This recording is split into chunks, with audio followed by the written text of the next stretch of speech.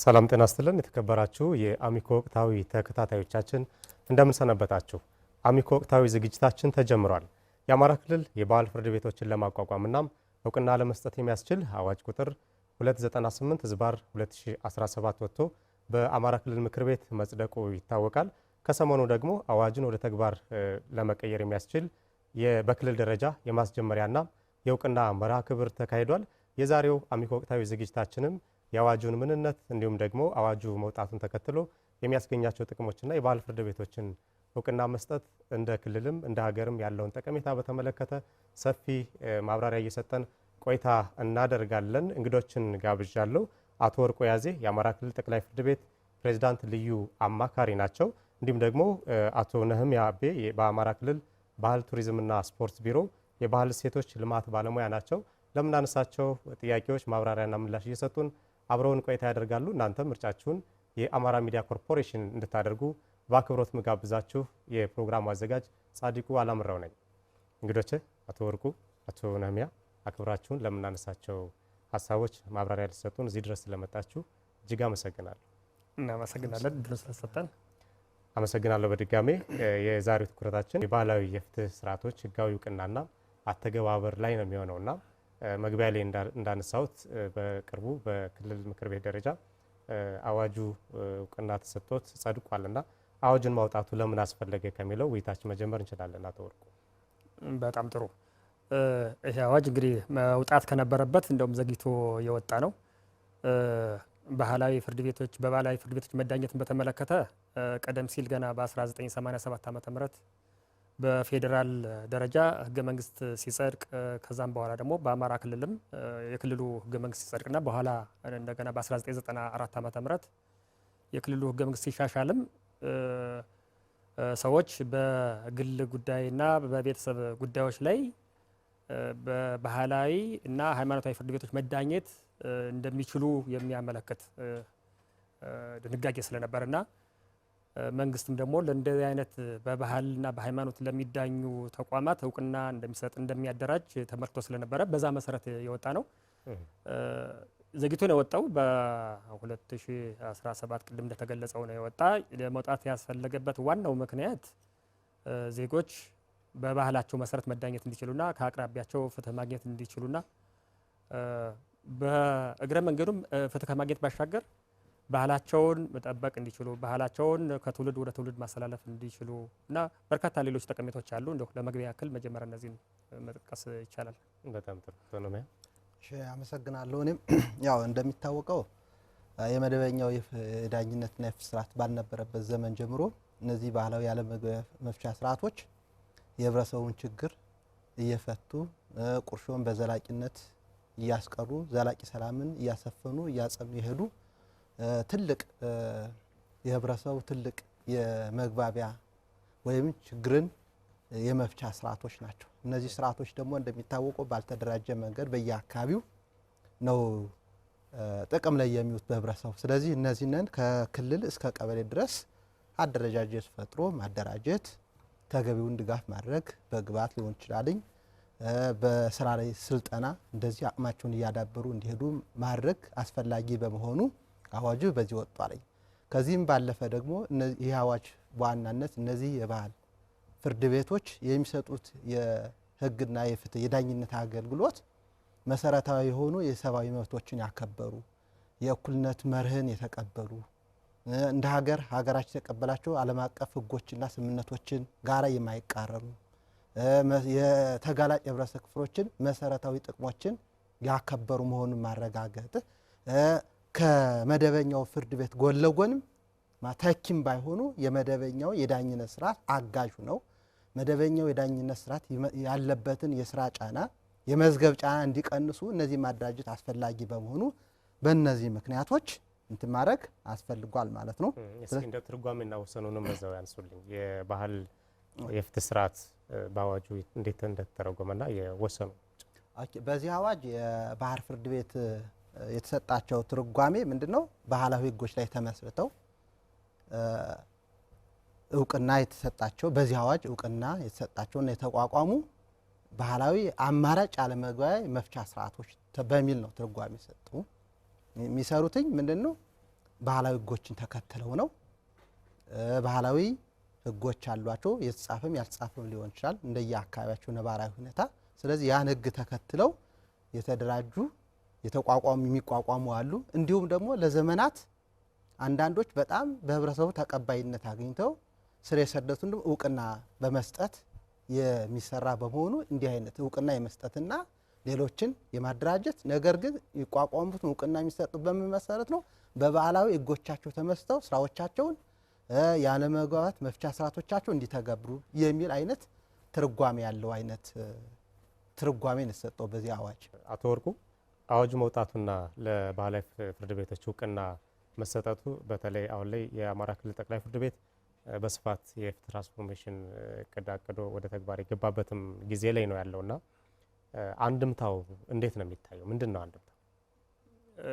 ከትራንስፎርሜሽን አንኳር ጉዳዮች ትራንስፎርሜሽን የፍትህ ትራንስፎርሜሽን በአጠቃላይ በሀገርም በአማራ ክልልም በቅር ተይዞ እየተሰራበት ያለ ነው። መነሻው ምንድን ነው? ይሄ ትራንስፎርሜሽን የፍትህ ትራንስፎርሜሽን ሲባል እስካሁን የመጣንበት የፍትህ አሰጣጥ አለ። በመደበኛ የፍትህ ስርዓቶቻችን ከፖሊስ፣ ከማረሚያ ቤት፣ ከአቃቤ ሕግ ፍርድ ቤትን ይዞ ጠበቆችን ይዞ በአጠቃላይ የፍትህ ስርዓቱን ለመገንባት ለማሻሻል የተሰሩ ስራዎች አሉ በተከታታይ ሲደረጉ የነበሩ። እነዚህ ግን የህብረተሰቡን ፍላጎት የፍትህ ጥማት የሚያረኩ ሆነው ስላልተገኙ በተለመደው የጥገናዊ የሪፎርም ስራ የሚሳካ ባለመሆኑ ሰፊ በሆነ መንገድ በሌሎች ዓለማት እንደሚደረገው በሌሎች ሀገሮችም እንደሚደረገው ስር ነቀል በሆነ መንገድ የፍትህ ስርዓቱን ትራንስፎርም ማድረግ በጣም መሰረታዊ በሆነ መንገድ መለወጥ ይገባል በሚል የተወሰደ ነው። ለዚህ ለፍትህ ስርዓቱ መሰረታዊ በሆነ መንገድ ለመለወጥ ከመደበኛ የፍትህ ስርዓቶች ከምናውቃቸው ቅድም ከጠቀስኳቸው ባሻገር እንደዚህ አይነት ባህላዊ የፍትህ ስርዓቶችን እንደ አማራጭ መጠቀምና ህብረተሰቡ አማራጭ የፍትህ ስርዓት እንዲያገኝ አቶ ነህሚያ እንደጠቀሰው እነዚህ አማራጭ ናቸው። መደበኛ የፍትህ ስርዓቶች አሉ፣ እየሰሩ ነው። ነገር ግን ካለው የህብረተሰቡ የፍትህ ፍላጎት አንጻር የሚያረኩ ባለመሆናቸው እነዚህን ባህላዊ የፍትህ ስርዓቶች ቀደም ሲል አቶ ነህሚያም እንደገለጸው ከጥንት ጀምሮ ህብረተሰቡ ሲገለገልባቸው የኖሩ መሰረተ ማህበረሰብ የሆኑ እንደው በትርጓሜው መዘጋ እንደው ማንሳት እንችላለን።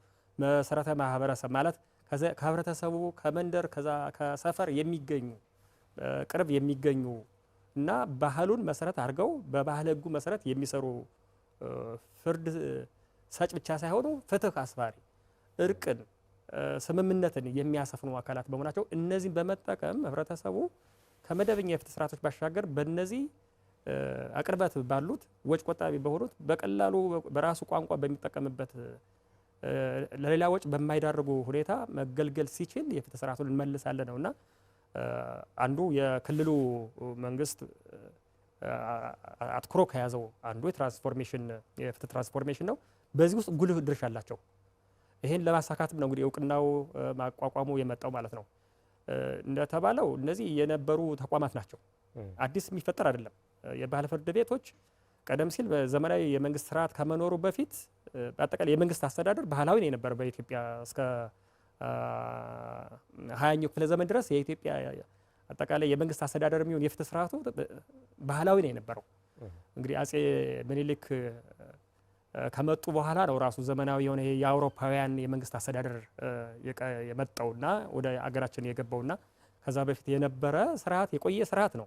ህብረተሰቡ ውስጥ ስራ የሰደደና ህብረተሰቡ የሚተማመንባቸው ተቋሞች ናቸው። የራሱ የህብረተሰቡ ውጤቶች ናቸውና በራስ ባህል በራስ ባሳደጉት ባህልና እንደ ህግ አድርጎ በሚቆጥሩት ከሌላ አካባቢ በመጣ ዳኛ ወይም ደግሞ ሌላ የፍትህ ሰራተኛ ሳይሆን የራሱ ሰዎች በመጠቀም ነው ችግሮቹን የሚፈታና አለመግባባት ሲኖር፣ ግጭት ሲኖር፣ ጥል ሲኖር እነዚህን አለመግባባቶች፣ ጥሎች፣ ግጭቶች ከራሱ ከህብረተሰቡ የኔ ናቸው ብሎ ከተቀበላቸው አካላት ፊት በመቅረብ መፍትሄ እንዲያገኝ ማለት ነው። ግጭቱን እንዲያስወግድ ፍትህ እንዲያገኝና አንዱ አሸናፊ ሌላው ተሸናፊ ሆኖ ሳይሆን ሁሉም ያላቸውን ለጥል የዳረጋቸውን ለአለመግባባት የዳረጋቸውን ምክንያት አቅርበው እነዚህ ያልተግባቡ ወገኖች ብቻ ሳይሆን ቤተሰባቸውም ሳይቀር ማለት ነው የነሱ ቤተሰብ ከጥሉ ጀርባ ሊኖሩ የሚችሉ ወገኖች ሳይቀር ቀርበው ጉዳዩ ስራ ምክንያቱ ሁሉ ተመርምሮ ቢቻል በስምምነት እንዲጨርሱት ራሳቸው በማቀራረብ ባይቻል ደግሞ ወደ በሽማግሌዎች እርዳታ እንዲታረቁ አለዛም ደግሞ በእነዚህ ሽማግሌዎች አማካኝነት ትክክለኛ የባህል ህጉን መሰረት ያደረገ ፍርድ እንዲሰጥ ውሳኔ እንዲሰጥ በዛ መንገድ ሲሆን አንድ ወደ መንግስት ተቋማት የሚደረግ ብልልስን ራቅ ብሎ ወደ ፍርድ ቤቶች መሄድን፣ ወደ ፖሊስ መሄድን፣ ወደ አቃቤ ህግ መሄድን፣ ወደ ማረሚያ ቤት መመላለስ ያስቀራል። በትራንስፖርት በዚህ በስርዓቱ የሚያወጡት ወጪ ብቻ ሳይሆን ወደ እነዚህ ተቋማት ሲሄዱ የሚያባክኑት ጊዜ አለ። አርሶ አደሩ ከምርት ስራው ይነቀላል፣ ነጋዴው ከንግድ ስራው ይነቀላል፣ በብዙ መልኩ ከማህበራዊ ከኢኮኖሚያዊ ስራዎቹ ይነቀላል እና አሁን በዚህ በፍትህ ትራንስፎርሜሽኑ የተፈለገው ነገር ህብረተሰቡ በዛው በአቅራቢያው ሆኖ ጊዜውን ጉልበቱን ሳያባክን እንዲህ አይነት አለመግባባቶችን ቁርሾዎችን በባህላዊ መንገድ በተለመደው መንገድ እንዲፈታና አንዱ አሸናፊ ሌላው ተሸናፊ ሆኖ ሳይሆን ሁሉም ተግባብተው ኃላፊነት ወስደው ያጠፋውም በዳዩ በደል ፈጽም ያለው ብሎ ይቅር የሚልበት ተበዳዩም ደግሞ በደሉን ይዞ እሱን በቂም ይዞ ቋጥሮ ሌላ በደል ሌላ አጸፋ ለመመለስ ለመበቀል ሳያስብ በባህሌ መሰረት ተዳኝቻለሁ በማውቃቸው ዳኞች ፊት አገር እያየ ተዳኝቻለሁ ብሎ የሰመረ ኑሮ እንዲኖር የተረጋጋ ኑሮ እንዲኖር ቁርሾ የፈጠሩ ሰዎች ጋራ የሰመረ ግንኙነትን ማስቀጠል እንዲችል የነበረውን የተሰበረ የሻከረ ግንኙነት እንዲመልስ ለማስቻል ነው እና ትልቅ ትርጉም ያለው ነው። ይህን የፍትህ ትራንስፎርሜሽን በማሳካት ረገድ የዚህ የባህላዊ ፍርድ ቤቶች እውቅና ማግኘት በቀጣይም ደግሞ የሚደራጁ አሉ። እነሱን በማደራጀት ረገድ ህብረተሰቡ የፍትህ ፍላጎትን በማርካት ረገድና ማህበራዊና ኢኮኖሚያዊ ግንኙነትን በመጠገን በማስቀጠል ለትውልዱ በማስተላለፍ ረገድ ትልቅ ትርጉም ያላቸው ነገሮች ናቸው። መልካም አቶ ኖሜ፣ በአማራ ክልል ሰፊ የሆኑ የተለያዩ ስያሜዎች ያሏቸው የእርቅ የሚካሄድባቸው ስርዓቶች እንዳሉ ይታወቃል። በቅርቡ 15 ያህል ለይታችሁ እውቅና እንደተሰጠ እናስታውሳለንና በዚህ አዋጅ የተካተቱና እውቅና የተሰጧቸው ወደ ተግባር የገቡ የባህላዊ ፍትህ ስርዓት መስጫ ስርዓቶች ምንድን ናቸው? በምን መስፈርት ስለያቸዋቸው? እሺ፣ አመሰግናለሁ። እንግዲህ እነዚህን ባህላዊ ያለመግባባት መፍቻ ስርዓት ወይም በአሁኑ ሰዓት የባህል ፍርድ ቤት ብለን የተቋቋሙትን የምንጠራቸው እንግዲህ በክልሉ በ14 ዞኖች በ54 ወረዳዎች በ133 ቀበሌዎች ጥናት ተካሂዷል ማለት ነው። ስለዚህ በዚህ ጥናት ከ1029 ሰዎች የጽሁፍ መጠይቅ በመሙላት 277 ሰዎች ደግሞ የቃል መጠይቅ ወይም ኢንተርቪው በማድረግ በተጨማሪ ደግሞ የቡድን ውይይት ላይ በ5 ማዕከላት በ28 ቡድን 216 ሰዎች ተሳትፈዋል። ስለዚህ በዚህ ጥናት ይህን ጥናት መሰረት አድርጎ በዛ በቀረበው የጥናት መስፈርት መሰረት 15 ቅድም አንተ እንዳልከው 15 የባህል ፍርድ ቤቶች ባለፈው ታህሳስ 21 እና 22 በነበረው ክልል አቀፍ ፕሮግራም እውቅና ተሰጧቸው ወደ ስራ የሚገቡ ይሆናል ወይም ገብተዋል ማለት ነው።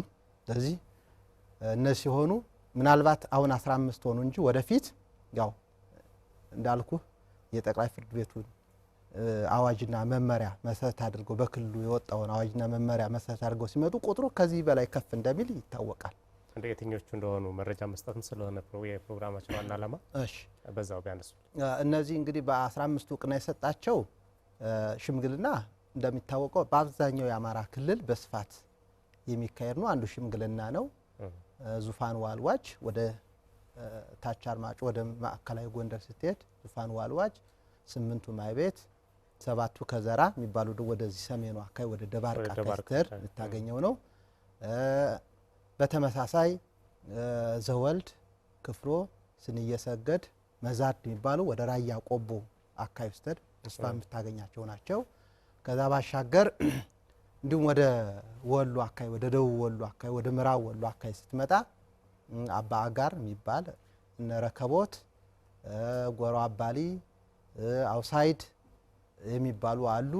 ወደ ኦሮሞ ብሔረሰብ አካባቢ ስትጠጋ ደግሞ አባ ጋር በተመሳሳይ ዛም አለ፣ ረከቦትም አለ፣ አባ ሀጋ የሚባሉ እንትኖች አሉ ማለት የሽምግልና ስርዓቶች አሉ። እነዚህ ባህላዊ ያለመግባባት መፍቻ ስርዓቶች የአማራ ክልል የባህል ፍርድ ቤቱ ነው በዚህ ጥናት እውቅና ተሰጧቸዋል ማለት ነው። በጥቅሉ በዚህ ጥናት 15 እውቅና ይሰጣቸው እንጂ በቀጣይ መስፈርቱን አዋጁና መመሪያውን በሚፈቅደው መሰረት ሲመጡ ቁጥራቸው ከዚህ በላይ ከፍ እንደሚል ይታመናል ማለት ነው። ጥናቱ ላይም ስለተሳተፋቸው መስፈርታቸው ነበር እነዚህ በክልሉ ላይ ካሉ ውስጥ 15 የለያችሁበት መስፈርት የባህል ሕግን መሰረት አድርገው ፍትህ የሚሰጡት አካላትን መለየት የተፈለገውና ይህን ለመለየትና እውቅና ለመስጠት መጀመሪያ መስፈርቶችን ማቋቋም ይጠይቅ ነው የነበረና አንደኛው መስፈርት የባህል ሕግን መሰረት አድርገው የሚሰሩ የሚለው ነው መለያው።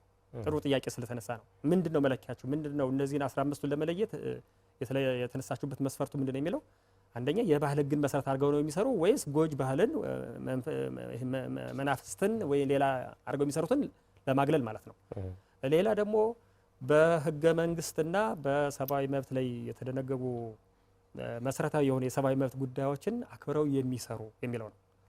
ስለዚህ በህግ ላይ የተቀመጡ ዝቅተኛ መመዘኛ የሚባሉትን የሚያሟሉ መሆናቸውን ከዚህ ከጎጅ ባህል የራቁ መሆናቸውና በተለይ ሴቶችን፣ ህፃናትን የሚመለከቱ አካል ጉዳተኞችን የሚመለከቱ ለሰብአዊ መብት ጥሰት የሚያጋልጡ አሰራሮች ካሉ በዚህ አጋጣሚ መለየት ስላለባቸው ይሄ ጥናት በክልሉ ውስጥ ምን አይነት ያለመግባባት ስርዓቶች አሉ የሚለውን ከህብረተሰቡ ቅድም በተገለጸው መንገድ ሁሉንም 14ቱን ዞኖች በሚያዳርስ ወካይ ጥናት ነው የተደረገው።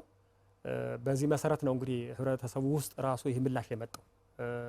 ራሱ የባህልና ቱሪዝም የተሳተፈበት ነው። የሴቶች ህጻናት ማህበራዊ ጉዳይ ራሱ የተሳተፈበት ነውና በመለየቱ ረገድ የትኞቹ ባህላዊ ስርዓቶች ናቸው አሁንም ህብረተሰቡ እየተገለገለባቸው ያሉ ቀደም ሲል የነበሩ ሊኖሩ ይችላሉ። ቀደም ሲል ከደርግ መንግስት በፊትም በአፄ ኃይለ ሥላሴ በፊትም ቀደም ሲል የነበሩ ሊሆኑ ይችላሉ። ግን አሁን የሌሉ ከሆኑ እውቅና የሚሰጣቸው አይሆንም። በአሁኑ ሰዓትም ህብረተሰቡ እየተገለገለባቸውና እያገለገሉ ያሉ ተቋማት የትኞቹ ናቸው የሚለው ሌላኛው መመዘኛ ነው፣ አንደኛው መስፈርት ነው ማለት ነው።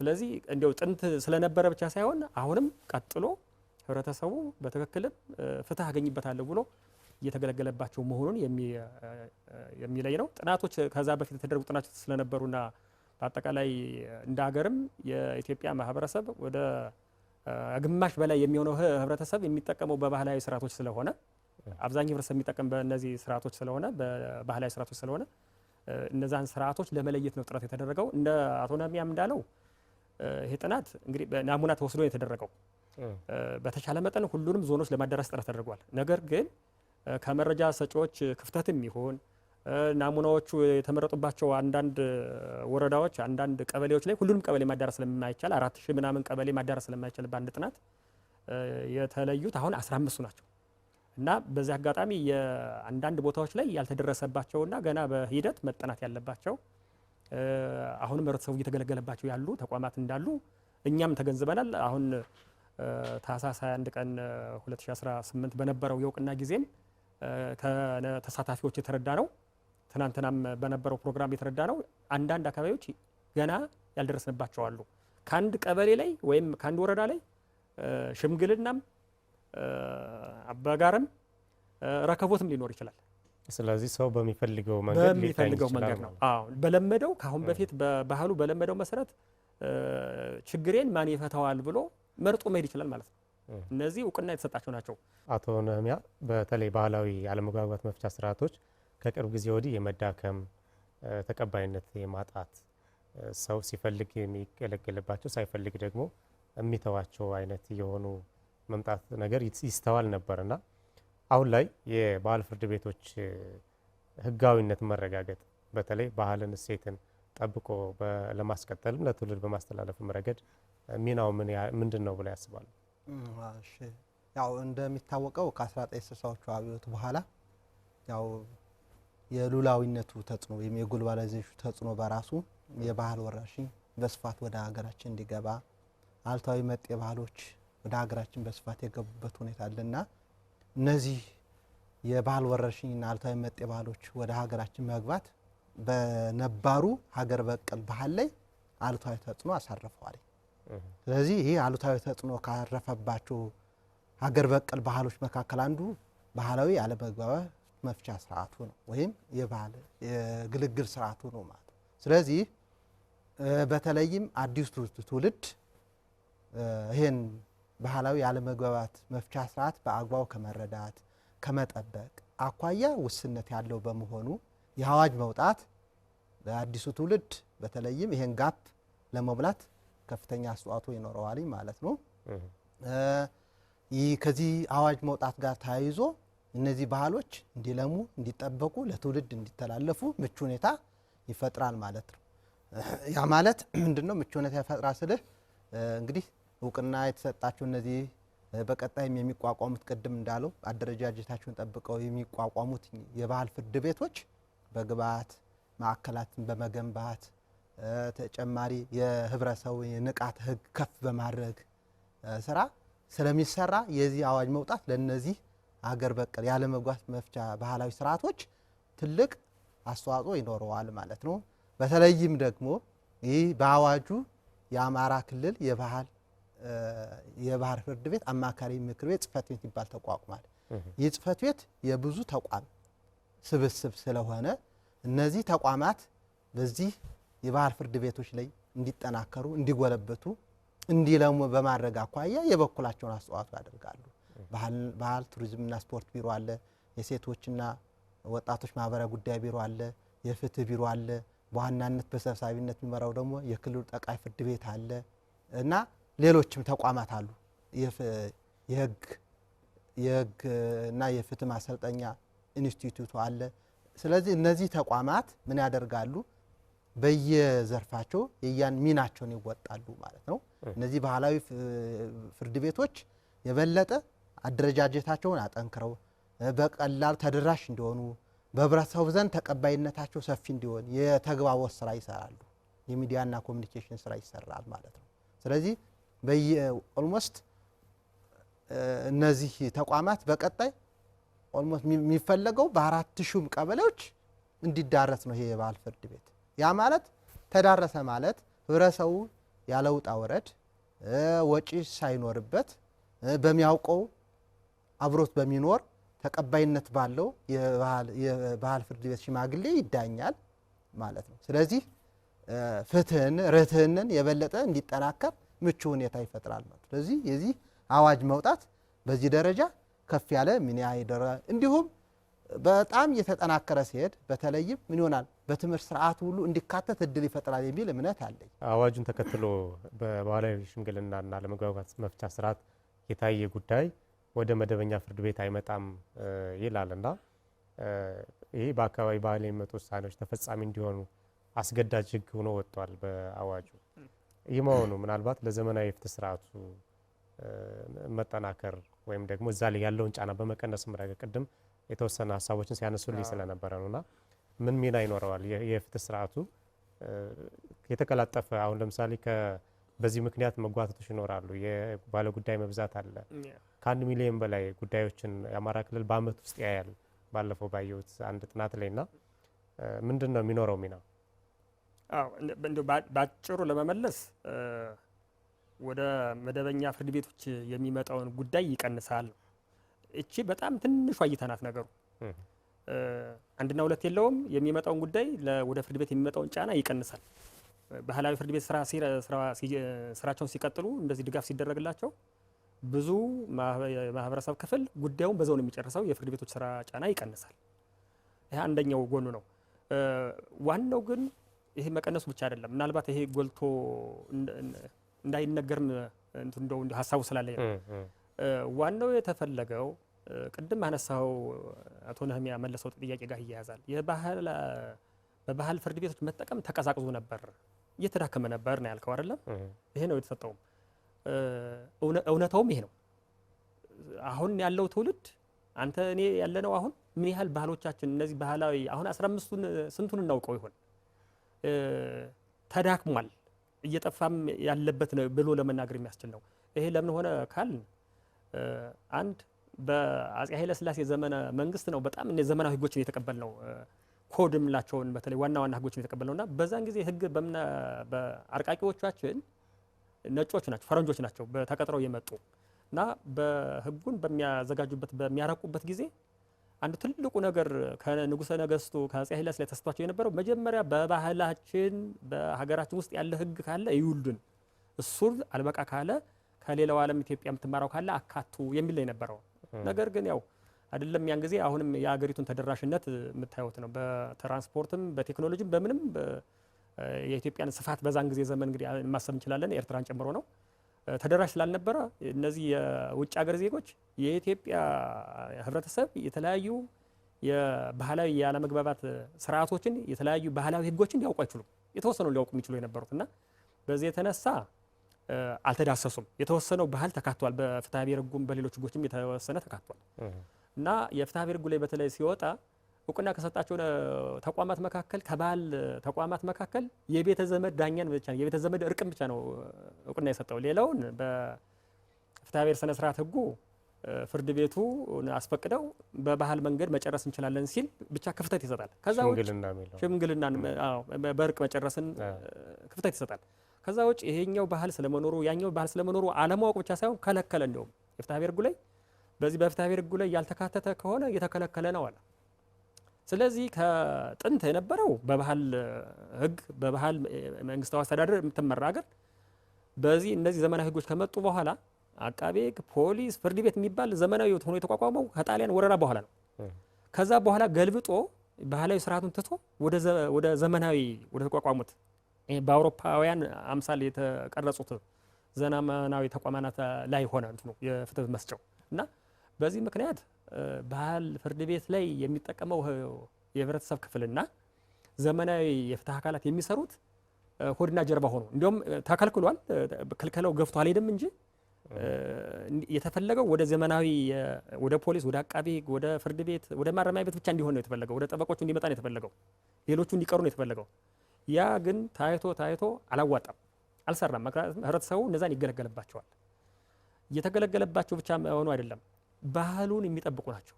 እነዚህ ባህላዊ የፍትህ ስርዓቶች እርቅ ነው የሚያመጡት፣ ስምምነት ነው የሚያመጡት። እነዚህ ዘመናዊዎቹስ አንድ ከጉዳዩ ከተፈጸመበት አለመግባባቱ ከተፈጸመበት አካባቢ የራቁ ናቸው።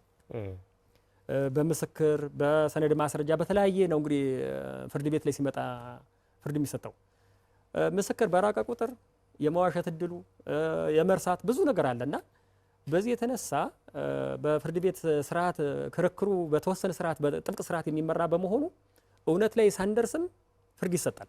መረጃውን ብቻ ተመርኩ።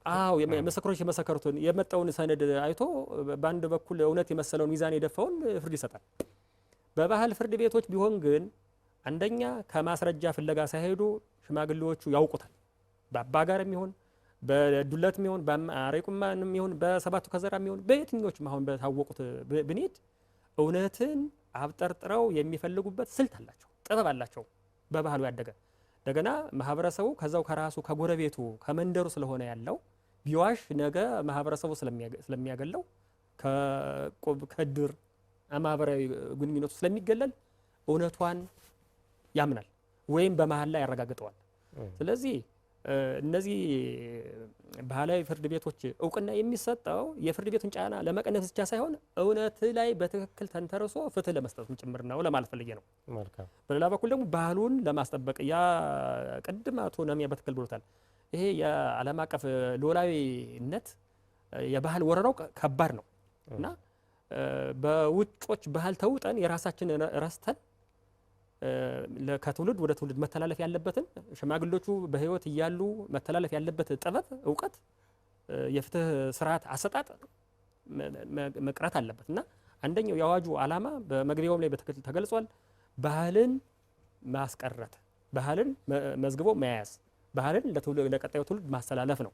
ስለዚህ ከፍርድ ቤት ጫና መቀነስ ባሻገር እነዛን እውነትን መፈለግንና ባህልን መዝግቦ ማስቀረት ማስተላለፍ የሚለው ትልቅ ትኩረት የተሰጠው ነው ለማለት ነው። ጥናት ስታደርጉ በተለይ ቋሚና ዘላቂ እርቅ ወይም ደግሞ በማህበረሰቡ ዘንድ ጥላቻ የተፈጠረባቸው ወይም ደግሞ ፍትህ የሚፈልጉ በባህላዊና በዘመናዊ መንገድ ፍትህ ይሰጣቸዋልና ዘላቂ መፍትሄ በማግኘት ረገድ የተሻለ እንደሆነ ይነሳል የባህላዊ ፍርድ ቤት አሰጣጡና በጥናታችሁ ያገኛችሁትስ ነገር ይህን የሚያረጋግጥ ነው ወይ? አዎ እንደዛ ነው። አብዛኞቹ እንደዛ ነው። ኦልሞስት በተለይም በዚህ በባህላዊ የሽምግልና ስርዓቱ ወይም ያለመፍቻ ስርዓቱ ዘላቂ ሰላም በማውጣት ረገድ በጣም ትልቅ እንትን አላቸው።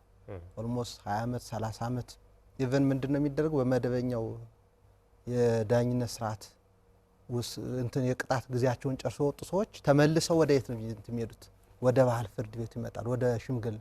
በሱ እስካልተዳኘን ድረስ ዘላቂ ሰላም አናገኝም፣ በሱ እስካልዳኘን ቁርሻችን አይጠፋም በሚል እምነት ኦልሞስት በአንድ ጉዳይ ኦልሞስት 20 ዓመት መስለኛ ባለሳሳት የእስር ቅጣቱን ጨርሶ ወጥቶ ወደ ሽማግሌዎች መጥቶ እንደገና ታይቶ እርቅ የፈጠረ ሰው አለ። ስለዚህ ምክንያቱም እነዚህ የባህላዊ የሽምግልና ስርዓቶች ወይም ባህላዊ ያለመብቻ ስርዓቶች እርቅ ከሚፈጽሙበት ዘላቂ ሰላም የሚያጠኑበት መንገድ አንደኛ እነዚህን በዳይና ተበዳይ ወገኖችን ምን ያደርጋሉ? እንዲዛመዱ ያደርጓቸዋል፣ በጋብቻ ያስተሳስሯቸዋል፣ አብረው እንዲበሉ ይደረጋሉ። ስለዚህ በጋራ የሚያቀራረባቸው ላይ ነው ትኩረት የሚያደርጉት። ያም ባደረጉ ቁጥር ዘላቂ ሰላሙ እየጨመረ ይሄዳል። ሰላምን የማጥራት ሚናቸው ከፍተኛ ይሆናል ማለት ነው። ቁርሾን የማስቀረት እንትናቸው ሚናቸው በጣም የጎላ ነው። ስለዚህ በእኛ በጥናቱ አንዳንድ ቦታዎች አካባቢ በጣም ለረጅም ጊዜ ለምሳሌ በመደበኛው ቅጣት እንትናቸውን ጨርሰው ወጣው ተመልሰው ደግሞ ወደ ባህል ፍርድ ቤቱ መጣው ወደ ባህላዊ የሽምግልና ስርዓቱ መጣው ሌላ እርቅ የሚፈጽሙ በተለይ ምክንያቱም ቅድም እንደነገርኩ ለአንዴና ለመጨረሻ አንዳንዶች በተለይ ተበዳይ በዳይ ቅጣቱን ጨርሶ እንኳን ቢወጣ በቃ ቂም ይዝብኛል ቂም ይቋጥርብኛል የሚል ስጋት ስላለው ምንድነው የሚያደርገው? ሽማግሌዎች ሁሉ እኮ በቃ በድጋሚ ይቅርታ የሚጠይቅበት በዳይ ምን ያደርጋል? የሚክስበት ተበዳይ የሚካስበት ስርዓት ይበጃል ማለት ነው። ስለዚህ በጣም በጥናቶቻችን እንደዚህ አይነት ገጠመኞች ነበሩ። ጥናቱም የሚያመላክተው ይሄ ነው። ስለዚህ እነዚህ ጉዳዮች በተለይ በህብረተሰቡ ዘንድ ምን ያክል ተቀባይነት እንዳላቸው የሚያመላክት ነው ማለት ነው። ጥሩ። ሌላው ግልጽነት የሚፈልግ ጉዳይ ነው ማነሳው አቶ ወርቁ የባህል ፍርድ ቤቶች የመደበኛ ፍርድ ቤቶችን የሚተኩ ሳይሆኑ ጎን ለጎን የሚሰሩ የአማራጭ የፍትህ መስጫ ስርዓቶች ናቸው ተብሎ ተቀምጧል አዋጁ ላይና ምናልባት የሚያያቸው ጉዳዮች ወሰን ይኖረው ይሆን? እነዚህ ጉዳዮች ከባህል ፍርድ ቤቶች በላይ ናቸው፣ በዘመናዊ መንገድ ይታዩ የሚባሉ ወሰኖች ይኖራሉ? አለ። በትክክል አዎ። በፍትሐብሔር ጉዳይ ላይ በማንኛውም የፍትሐብሔር ጉዳይ ላይ በአጠቃላይ በማስማማት ረገድ የወንጀል የለ የፍትሐብሔር የለ ማስማማትን ማስታረቅን በተመለከተ ገደብ የለባቸውም። ማስማማት ማስታረቅ በማንኛውም ጉዳይ ላይ ማለት ነው። የበለጠ ለግንዛቤ እንዲያመች ከመደበኛ ፍርድ ቤቶችን እንደው ከፍርደ ሸንጎ ከማህበራዊ ፍርድ ቤት ጀምሮ ብናይ ከሳሽ ክስ ካላቀረበ እነዚህ ፍርድ ቤቶች አይሰሩም። ማህበራዊ ፍርድ ቤት መደበኛ ፍርድ ቤቶች ከወረዳ ፍርድ ቤት ጀምሮ ያሉት ከሳሽ እና ተከሳሽ ቀርበው ነው ክርክር የሚደረገው። በባህላዊ ፍርድ ቤቶች ከሆነ ችግር ካለ ችግሩ እንዳይባባስ ሽማግሌ ራሱ ይገባል፣ ሌላ ዘመድ ይገባል፣ ሌላ ያገባኛል ያለ ሰው ገብቶ አረ እነዚህ ሰዎች ዳኟቸው፣ እነዚህ ሰዎች አንድ ነገር አድርጓቸው ይላል። ያቀራረባቸዋል እና ሰላምን ማጽናት ከዚህም አንጻር ነው ነገሮች በዛው ባሉበት መፍትሄ እንዲያገኙ፣ እንዳይባባሱ፣ እንዳይሰፉ ምናልባት ጥሉም ከተፈጠረ ችግሩ ከተፈጠረም በኋላ ዘላቂ በሆነ መንገድ ችግሩን ለመቅረፍ ነው እና በእንደዚህ አይነት ጉዳዮች እንዲሰሩ የተፈለገው በማንኛውም የፍትሐብሔር ጉዳይ ላይ ነው እና የዳኝነት ስራ በትክክል እንደው ዳኛ ሆነው ፈራጅ እንዲሆኑ አይደለም አዋጁ የሚያስቀምጠው። ባህሉም እንደዛ አይደለም። ፈራጆች ሳይሆኑ እንደው ዳኛ የሚባለው እንደ መንግስት ዳኛ ሳይሆኑ እነዚህ ሰዎች አስማሚ ናቸው፣ አስታራቂ ናቸው። ስለዚህ በማንኛውም የፍትሐብሔር ጉዳይ ላይ ማስታረቅ ከሆነ ማስማማት ከሆነ ምናልባት የመንግስት ተቋም እዚህ ላይ የለበትም። የመንግስት ተቋም እና ግለሰብ ሲኖር የመንግስት አንድ አካል ቅድም ከምንለው እሳቤ ውጭ ስለሆነ ማለት ነው ማህበረሰብ ውስጥ ያለ ተቋም ሳይሆን ራሱ የቻለ የህብረተሰቡ ተቋም ስለሆነ በዚህ ረገድ የለበትም። ግን የግል የሆኑ የፍትሐብሔር ጉዳዮች ላይ ማስማማት ማስታረቅን በተመለከተ በጣም ትልቁ ድርሻቸው ነው። በውሳኔ በተመለከተ ምንም እንኳን በግልጽ በአዋጁ ላይ ባይመለከትም በመመሪያው ግልጽ የሆነ ነገር አሁን ዘመናዊ የሆኑ ነገሮች አሉ። የኢንቨስትመንት ጉዳዮች አሉ። እዚህ የዘመኑ ቴክኖሎጂ ጋር ተያይዞ የመጡ አዳዲስ ነገሮች አሉ። በእንደዚህ አይነት ጉዳዮች ላይ በኮንስትራክሽን ጉዳዮች ላይ ባህሉ ያን ያህል የዳበረ ነገር የለውም። ገና ባህሉ ገና ስር ያዘና ገና አልተለመደም ይሄ ነገር እና በእንደዚህ አይነት ጉዳዮች ላይ አሁንም ማስማማት ማስታረቅ ይችላሉ። ነገር ግን አሁን የአእምሯዊ ሀብት ጥበቃ ብንል ወይም ደግሞ ከዚህ ከዲጂታል ጋር የተያያዘ ክርክር ቢሆን ከኮንስትራክሽን ጋር የተያያዘ ክርክር ቢሆን ከኢንቨስትመንት ጋር የተያያዘ ክርክር ቢሆን ወደ ዳኝነት አይሄዱም። ለምን? ባህሉ በዚህ ላይ የሚለው ነገር ስለሌለ ገና ባህል ስላልተፈጠረለት ማለት ነው። እና እንደ ሁሉም የፍትሐ ብሔር ስንል በማስታረቅ ረገድና በማስማማት ረገድ ትክክል ቢሆንም ፈቅደው እስከሄዱ ድረስ እና የመንግስት አካላትን እስካልጨመረ ድረስ ይቻላል። ወንጀል ጉዳይ ላይ ስንመጣ ጥሩ ጥያቄ ነው ያነሳው። ወንጀል ጉዳይ ላይ አንዱም የባህል ፍርድ ቤቶችን እውቅና ለመስጠት እየተዘገየው እዛ ጋር ይያዛል። የወንጀል ጉዳይ የግለሰብ ከሳሽ ሆኖ የሚቀርቡ ወንጀሎች አሉ። መንግስት ግለሰብ አመልካች ኖረም አልኖረም መንግስት የሚከታተላቸው ከባድ ወንጀሎች አሉ።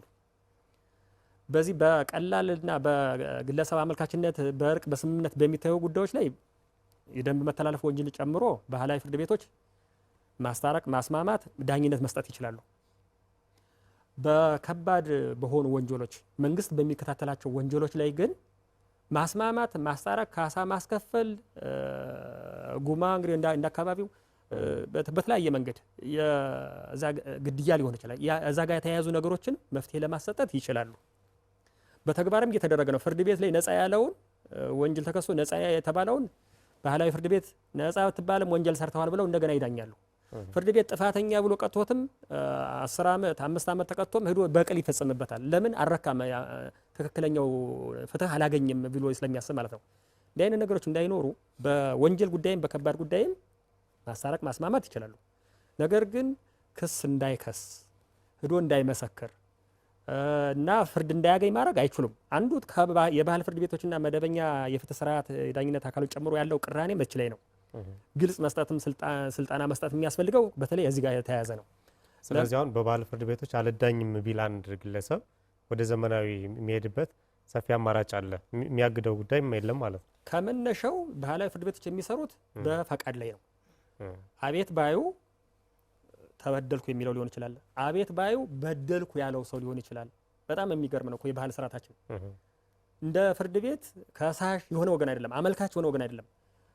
እኔ ተበዳዩ ሊሆን ይችላለሁ፣ ወይም ደግሞ በደል ያደረስኩት እኔ ሊሆን ይችላለሁ እጅ አቤት ምለው፣ ወይም ደግሞ ዘመድ ሊሆን ይችላል፣ ወይም ጓደኛ ሊሆን ይችላል፣ ለባህል ወይም ሽማግሌዎች ሊሆን ይችላሉ ይሄን ጉዳይ የሚያመጡትና ይሄ ጉዳይ ከሽማግሌ ከደረሰ በኋላ ከባህል ዳኞች ከደረሰ በኋላ መጀመሪያ መጠየቅ ያለበትና መረጋገጥ ያለበት እንኳን ማነሳልኝ ጥያቄ መጀመሪያ ተከታታሪ የሆነ ሰው ተከሳሽ የሆነ ሰው በእኛ ልትዳኝ ፈቃደኛ ነው ወይ ተብሎ ይጠየቃል።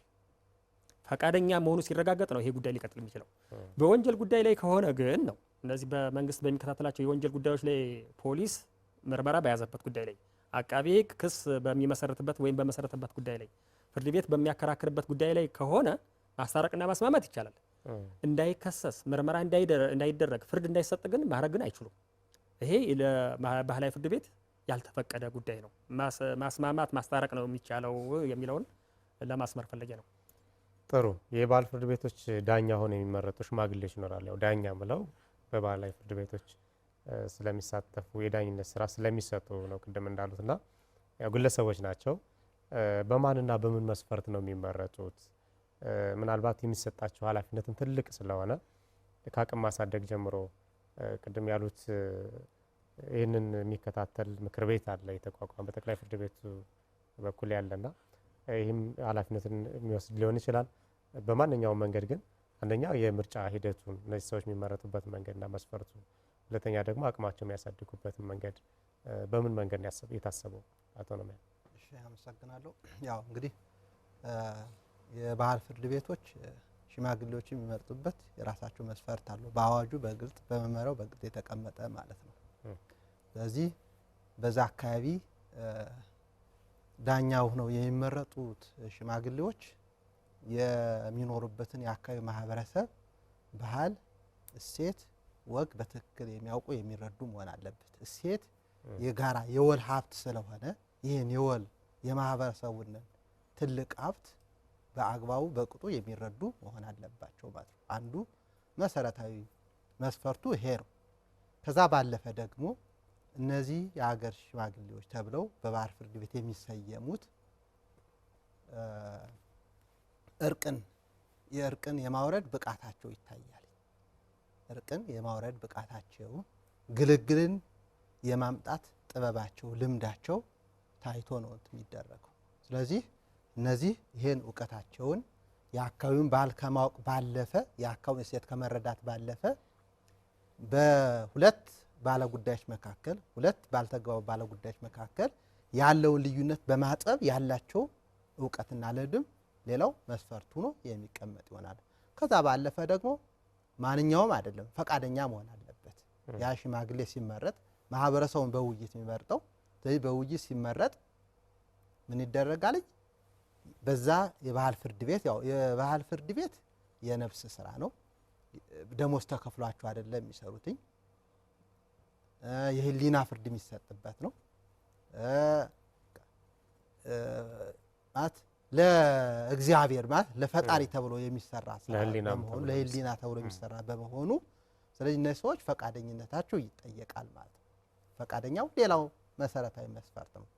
ፈቃደኛ ቢሆኑም የባህል እሴትና ወጉን ቢያውቁም ብቃት እርቅን የማውረድ ሰላምን የማጥናት ብቃት ቢኖራቸው የአእምሮ ጤናቸው ጉዳይ ደግሞ በዋናነት ታሳቢ መደረግ አለበት። ይሄንን በዚህ የባህል ፍርድ ቤት ዳኛ ሆኖ ሽማግሌ ሆኖ ሊሰራ የሚችል የአእምሮ ጤና እክል የሌለበት መሆን አለበት። ወይም ደግሞ ጉዳዮችን ወጦ ወርዶ ለመስራት የማያስችል የአካል ጉድለት ችግር የሌለበት መሆን አለበት ማለት ነው። ሌላው በማህበረሰቡ ዘንድ እነዚህ ሽማግሌዎች በቀላሉ በእጅ መንሻ በመደለያ የማይታለሉ መሆናቸውን ህብረተሰቡ ሊመሰክርላቸው ይገባል። ቅድም እንዳልኩ ምርጫው እነዚህ ሽማግሌዎች በምርጫ ስለሆነ ያኔ በምርጫው ሲካሄድ ማህበረሰቡ ነው የሚጠቁማቸው። እውቀታቸውን፣ ችሎታቸውን፣ አቅማቸውን፣ ታማኝነታቸውን የአካባቢውን ባህል እሴት፣ ወግ፣ ልማድ በማወቅ በኩል ያላቸውን አቅም ሁሉ ታሳቢ ይደረጋል።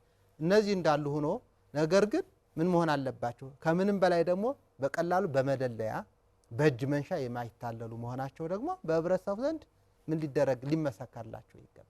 ይሄ ሲሆን በተጨማሪም በጥፋተኝነት በወንጀል ሪከርድ የሌላቸው ሰው ሆነው ሲገኙ ምን ይሆናሉ? ህብረተሰቡ በአንድ ድምፅ እነዚህን ከመሰከረላቸው የባህል ፍርድ ቤቱ ሽማግሌ ሆነው ሊመረጡ የሚችሉበት መስፈርቶች አሉ ማለት ነው። ጥሩ ጥያቄ ነው። ይሄ ሽማግሌዎቹ በምን መስፈርት ይመረጣሉ የሚለው በመነሻነት እንግዲህ የባህል ህጉ ነው መነሻችን ብለናል። ባህል ህጉ ምርጫ ይጠይቃል ወይ? አንዳንዶቹ በዘር ስላሉ ማለት ነው። ለምሳሌ መዛርድ፣ ክፍሎ፣ ሰኔ፣ ሰገድ እንደዚህ ያሉት ከዘር የወረዱ አሉና ህብረተሰቡ የኔ ነው ብሎ ተቀብሏቸዋል። ምናልባት የሚመረጠው ከዛው በዛው ዘር ላሉት ሊሆን ይችላል። ህብረተሰቡ ነው የሚያውቀው ዞሮ ይሄን ነገር። አቶ ነህሚያ ካሉት ላይ ምናልባት አንድ መሰረታዊ ነገር የተረሳ ስለመሰለኝ ነው። እነዚህ ሽማግሌዎች የሚመረጡ ሽማግሌዎች የፖለቲካ ወገንተኝነት የሌላቸው መሆን አለባቸው። የፖለቲካ ወገንተኝነት ካላቸው የባህል ስርዓቱን ይበርዙታል፣ ይከልሱታል ተብሎ ስለሚሰጋ ትልቁ መስፈርት ባህል ህጉን ያውቃሉ ወይ? በህብረተሰቡ ዘንድ ተቀባይነት አላቸው ወይ? ህብረተሰቡ በትክክልም የባህል ህጋችንን ተከትለው የእሴቶቻችንን ተከትለው ችግሮቻችንን ይፈታሉ፣ ያላድሎ ያለ ወገኝተኝነት ይፈታሉ ብሎ ይመርጣቸዋል ወይ ነው። እዚሁ ጋር ተያይዞ በጥናቱም የተለየ ነገር ስላለ አንዳንድ አካባቢ የተወሰነ ብቻ ሴቶች ተሳታፊ የሆኑበታል፣ ሴቶች የሚመረጡበት ማለት ነው። የብዙዎቹ ባህሎች ከዚህ ከ15ቱ በሚያሳዝን ሁኔታ ሴቶች የሉበትም። ይሄ ባህሉ ነው። በባህሉ ወንድ ነው እየተመረጠ ያለ፣ ሴቶቹ ጓዳ እቤት ናቸው። በባህሉ መሰረት ወጣቶች አንድ ሁለት ቦታ ላይ ነው ባህሎች ላይ ነው አባሃጋ እና ባለሳሳት ሞቴ ከበላ መሰለኝ እዛ ላይ ወጣቶች አሉበት። እነዚህ ላይ ሴቶችና ወጣቶች የአካል ጉዳተኞች በብዛት አለመሳተፍ እንደ እጥረት ጎዶሎ አንለውም፣ እጥረት ነው ማለት ነገ በኋላ ባህል አዳጊ ነው፣ እየተለወጠ እያደገ ነው የሚሄደው፣ ዘመኑ እየተከተለ ነው የሚሄደውና ምናልባት ከመስፈርት ላይ ባይቀመጥም በመመሪያው ላይ እነዚህ ነገሮች እየተበረታቱ የሚሄዱ መሆኑን ሌላ ክልሎች ላይ የግድ ሴት የባህል ፍርድ ቤት ዳኛ ሆኖ መመረጥ አለበት ብሎ በዝቅተኛ የተቀመጠባቸው ተሞክሮች አሉ። አማራ ክልል ላይ ይሄን ማድረግ አልተፈለገም። ምክንያቱም ባህሉን እያሳደጉ ህብረተሰቡን እያስገነዘቡ እንዲጨምር ግንዛቤ መፍጠር የሚያስፈልገውም አንዱ ይሄ ነው እና ይህን አሁን የተፈጠረውን ውይይታችንም ህብረተሰቡ እንደሚከታተለው ስለማመን አንዱ መስፈርታችን ሴት የሚል ባይሆንም ወጣት ባይልም ህብረተሰቡ ግን በተቻለ መጠን ሴቶችን እያበቃ የሴት ቁጥር የወጣት ቁጥር ለማሟላት የአካል ጉዳተኛ ቁጥር ለማሟላት ብቻ ሳይሆን ባህሉን እንዲወርሱ እንዲያውቁ ለቀጣዩ ትውልድ እንዲያስተላልፉ አብረው ከስር ካሁን ካሉት ሽማግሌዎች ጋራ እውቀቱ ካላቸው ባህል ህጉን ከሚያውቁት እሴቱን ከሚያውቁት ሰዎች ጋራ እየለመዱ እየወረሱና ነገ በኋላ ልክ እንደ ባህል መድኃኒት አዋቂዎቹ ሲሞቱ እንደሚጠፋው እንዳይጠፋብን እነዚህ ሴቶቹ አብረው እየተሳተፉ ወጣቶች እየተሳተፉ አካል ጉዳተኞቹ ማህበረሰቡም የተገለሉ ህብረተሰብ ክፍሎች ካሉ እነሱም ተሳታፊ እየሆኑ ሁሉንም አቃፊ የሆነና ሁሉንም ወካይ የሴቷን ተሞክሮ የህፃኑን ተሞክሮ የወጣቱን ተሞክሮ የሚያውቀው ሁሉ እንዲካተት የሚያበረታታ መመሪያ ነው ያለው። አሁን በመመሪያው ላይ እነዚህ ነገሮች የሚበረታቱ ናቸው ማለት ነው። አሁን እንደ መስፈርት የግድ ሴት መኖር አለበት በሚል ባይቀመጥም የሚለውን እሱን ለመጨመር ፈልጌ ነው። ወደ ራያ ቆቦ የዱበርቴ እናቶች የሚባሉ አሉ። እነዚህ በሽምግልና ስርዓቱ የራሳቸው የሆነ አዎንታዊ ሮል አላቸው፣ ሚና አላቸው እና እነሱ ያው አብዛኛው እንዳለው አብዛኛውን ባይ ኦልሞስት ስለዚህ ባህሉ ሴቶችን የሚያሳትፍ ከሆነ ይሳተፋሉ።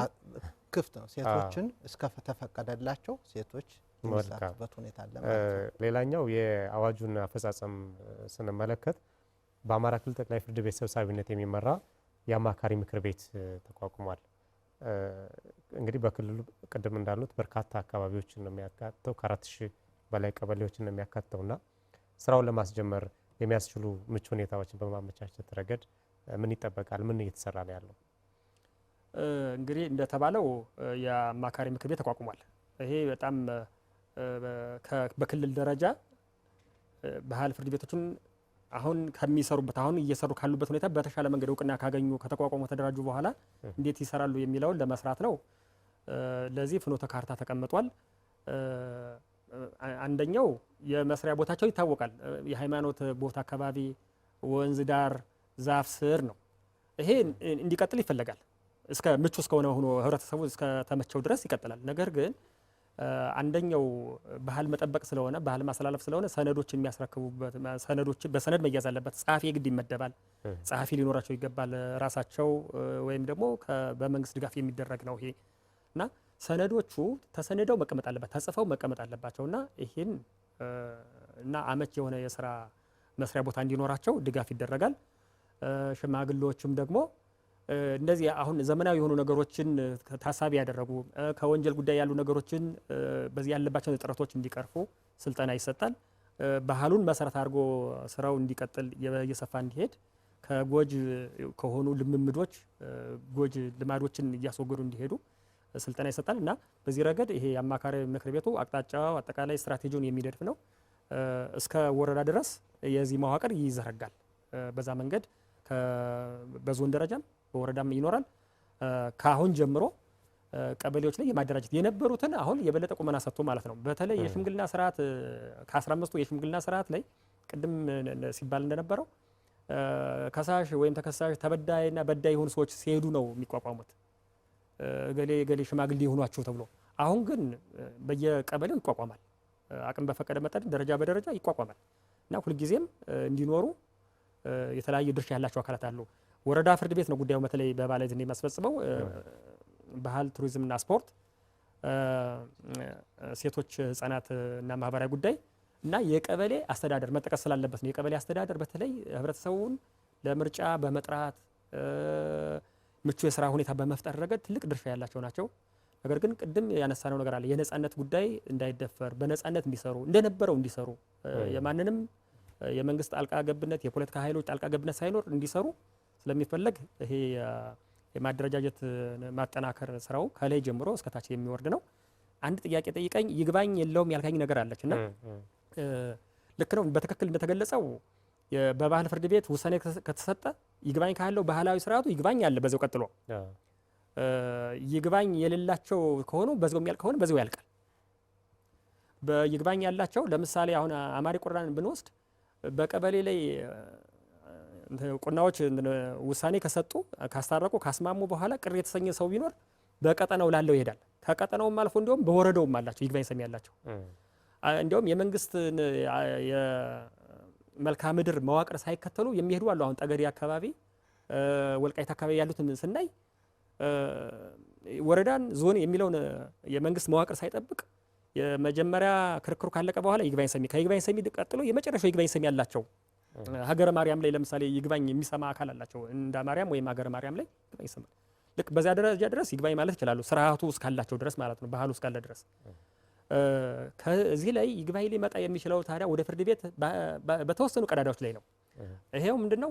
ያለ ፈቃዱ ጉዳዩ ከታየ ፈቃዱን ሳይሰጥ ተከሳሽ እኔ አልስማማም እያለ ክርክሩ ከቀጠለ ወይም ደግሞ የሰብአዊ መብትን የሚጥስ ህገ መንግስታዊ መብትን የሚጥስ በተለይ የሴቶችን መብት የህፃናትን መብት የሚጥስ ጉዳይ ከሆነ ያንዱን ማስረጃ ሰምቶ የሌላኛውን ወገን ማስረጃ ሳይሰማ ከሆነ የተፈጥሮ ፍትህን የምንለውን በባህሉ ከተዛባ ያን የሚጥስ ከሆነ ባህላዊ ፍርድ ቤትም ከስልጣኑ ውጭ ለምሳሌ በወንጀል ጉዳዮች አሁን የግድያን ጉዳይ ቢያይ የሰው ግድያን ጉዳይ ቢያይ ወይም አስገድዶ መድፈርን ጉዳይ ቢያይ ማስታረቅ ይችላል፣ ማስማማት ይችላል። ግን በዚያ ላይ ፍርድ ቢሰጥ እንደዚህ አይነት ከስልጣናቸው ውጭ ያዩዋቸው ጉዳይ ቢኖሩ በወረዳ ፍርድ ቤት በይግባኝ ይታያል። ከዛ ውጭ የባህላዊ ፍርድ ቤት የሰጠው ውሳኔ በዛው ነው የሚያልቀው፣ ይጸናል እና ትልቅ ዋጋ ያለው ነው ለማለት ነው።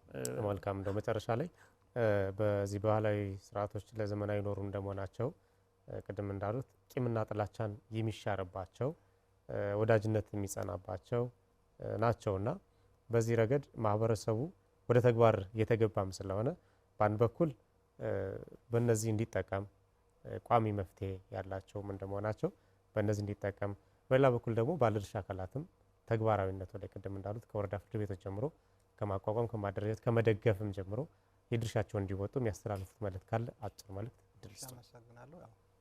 እነዚህ የባህል ፍርድ ቤቶች በደንብ በሁለት እግራቸው ቆመው እንዲቀጥሉ መንግስታዊም መንግስት ያልሆኑ ተቋማትም በግብዓት በመስጠት ማዕከላትን በመገንባት ስልጠና በማድረግ ሊደግፏቸው ሊያበረታቷቸው ይገባሉ። በአማራ ክልል ደግሞ የሚገኙ 10 ዩኒቨርሲቲዎች አሉ። በተለይ እነዚህ ዩኒቨርሲቲዎች ያሉ የህግ ትምህርት ቤቶች የማህበረሰቡን ንቃተ ህግ ከፍ ማድረግ አለባቸው፣ ግንዛቤ መፍጠር አለባቸው። እስከ ቀበሌ ድረስ ወርደው እነዚህ አገልግሎት ከሚሰጥበት ቀበሌ ድረስ ወርደው ህብረተሰቡን ማንቃት አለባቸው። የህግ ግንዛቤያቸውን ከፍ ማድረግ አለባቸው። በተመሳሳይም ደግሞ ለነዚህ ለባህል ፍርድ ቤት ሽማግሌዎች ተጨማሪ ስልጠና መሰጠት አለበት የሚል እንትን አለኝ። የአቅም ግንባታ ስልጠና ይብቻም አይደለም፣ የሚመለከተው የፍትህም ተቋማት ወደ ጎንም ወደ ላይ እስከ ፌደራል ባሉት ሊሆን ይችላል፣ ወደ ጎንም ሆሪዞንታሊ የተለያዩ ክልል ከክልል እንደዚህ መደጋገፍ ነው። በተለይ ግብዓት ጋር ታይዞ ማዕከላትን በመገንባት ሊረዳዱ ይችላሉ ማለት። ምክንያቱም ባህል ማሳደግ የሁሉም ዩኒቨርሳል ባህል ዩኒቨርሳል ስለሆነ እሱ ጋር ታይዞ ሊሰራ ይገባል የሚል ትላለኝ። ምናልባት የሚዲያ ተቋማት ትልቅ ሚና አላቸው ለህብረተሰቡ ተደራሽ በማድረግ የማህበራዊ ሚዲያ አንቂዎች እነዚህን አማራጭ ያለመግባባት መፍቻ ስርዓቶችም የባህል ፍርድ ቤቶችን ለህብረተሰቡ ተደራሽ በማድረግ በኩል የበኩላቸው ሚና ሊወጡ ይገባቸዋል። ሜንስትሪም ሚዲያው እንደናንተ ኦፍላይን ሚዲያው ኦንላይን ሚዲያው ትልቅ አስተዋጽኦ እንዲያደርግ ይጠበቅባቸዋል ማለት ነው። ለምሳሌ አሚኮ አለ። አሚኮ ይሄን የባህል ፍርድ ቤት ለህብረተሰቡ እንዲደርስ በማድረግ የበኩሉን አስተዋጽኦ ማበርከት አለበት። አቶ ነህምያ አቤ በአማራ ክልል ባህል ቱሪዝምና ስፖርት ቢሮ የባህል እሴቶች ልማት ባለሙያ፣ እንዲሁም ደግሞ አቶ ወርቁ ያዜ የአማራ ክልል ጠቅላይ ፍርድ ቤት ፕሬዝዳንት ልዩ አማካሪ፣ በነበረን ቆይታ እጅግ ደስተኛ ነኝ። በአሚኮ ወቅታዊ ተከታታዮቻችን ስም እጅግ አመሰግናለሁ። እናመሰግናለን። የተከበራችሁ ተከታታዮቻችን የዛሬው አሚኮ ወቅታዊ ዝግጅታችን ትኩረቱን አድርጎ የነበረው የባህላዊ የፍትህ ስርዓቶች ህጋዊ እውቅናና ተገባበር ላይ ነበር። እንግዶቼ አቶ ወርቁና አቶ ነህምያ ለምናነሳቸው ጥያቄዎች ማብራሪያ ሲሰጡን ቆይተዋል።